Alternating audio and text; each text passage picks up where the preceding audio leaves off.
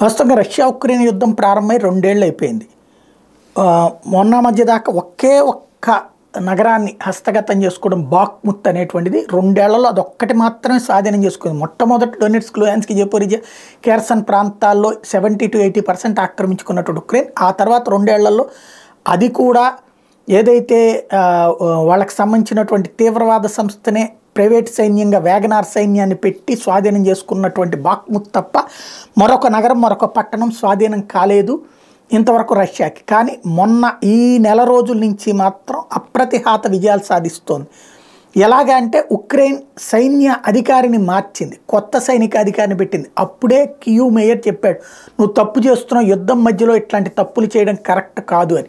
వినిపించుకోకుండా Zelensky ఏకంగా army చీఫ్నే మార్చేశాడు. అప్పటి నుండి చూసుకుంటే గ్రౌండ్ లెవెల్లో కంట్రోల్ తప్పిపోయింది. దాని పర్యవసానమే అవద్వికా పోవటం, ఆ పైన ఉన్నటువంటి దాదాపుగా 3 పల్లెలు, 2 పట్టణాలు రష్యా చేతికి పోవడం.